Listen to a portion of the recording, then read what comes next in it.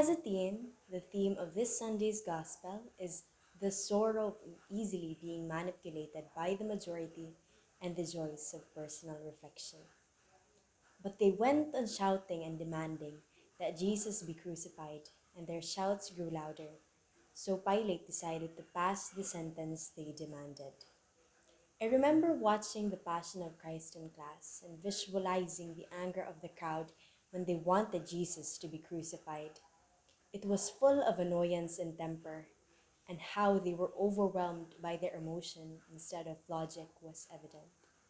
How does one favor a murderer against a so called blasphemer? Over the years, I've experienced the sorrows of going with the flow. I may have been afraid that my peers would be upset if I suggest a moral method amid their foul ways. And after consistent submission, it took a toll on me and I lost a sense of self.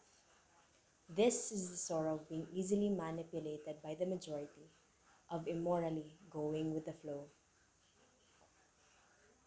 For us it is just, this is the payment of what we have done, but this man has done nothing wrong. On the contrary, the joys of being alone and reflecting on reality are fulfilling. When the noise dies down and when our emotions finally settle, we resort to logic, to slowly considering the choices we've done and should do, and to seeing the light in the darkness. During this pandemic, I'm grateful that I've regained a sense of self and morality as I've surrounded myself with caring friends and withdrawn unhealthy habits. Have you experienced being easily manipulated by the majority? How do you feel about the experience? What can you do to overcome immorally going with the flow? Have you experienced personal reflection?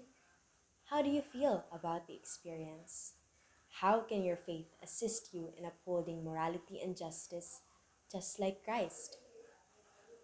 As we enter the Holy Week, I hope we can take the time to focus on our connection with God alone and realize how we can change our lifestyle in upholding justice and peace, just like how Christ did.